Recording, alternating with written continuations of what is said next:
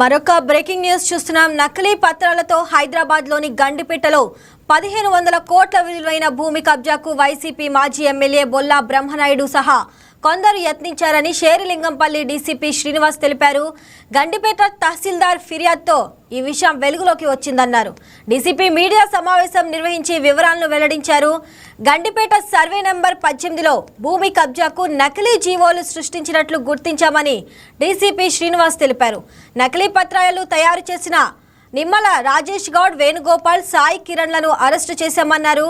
ఈ కేసులో మాజీ ఎమ్మెల్యే బొల్లా బ్రహ్మనాయుడు, బొల్లా రమేష్ పరారీలో ఉన్నారని తెలిపారు. ప్రభుత్వం భూమి క్రమబద్ధీకరించిందంటూ ఫేక్ జీవోలు సోషల్ మీడియాలో వైరల్ అయ్యాయి.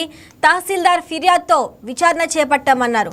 చట్టబద్ధత హక్కులు లేకుండానే భూమి అమ్మకానికి కుట్ర చేశారని వివరించారు. జీవోస్ క్రియేట్ చేసి అవి వాట్సాప్ గ్రూపుల్లో సర్క్యులేట్ చేసి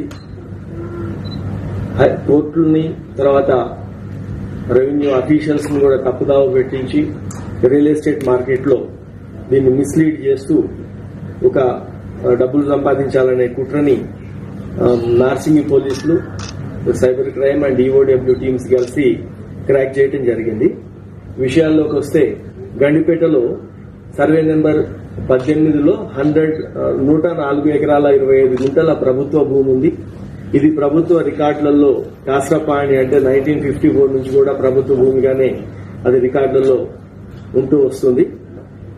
దీన్ని అదే ఊరు సంబంధించిన నిమ్మల దశరథ్ అని చెప్పి ఆ గ్రామస్తుల్లో ఒక కుటుంబము దాంట్లోకి అప్పుడప్పుడు మధ్యలో వచ్చిపోతూ ఒక 10 ఎకరాలని ఇది మాకే వస్తుంది అని చెప్పి ఒకటి ఫాల్స్ క్లెయిమ్ కూడా స్టార్ట్ చేయటం, రెవెన్యూ అఫీషియల్స్ వాళ్ళని ఖాళీ చేయించాలనే ప్రయత్నం చేస్తున్నారని తెలుసుకొని 2012లో హైకోర్టులో ఒక రిట్ పిటిషన్ కూడా ఫైల్ చేయడం జరిగింది.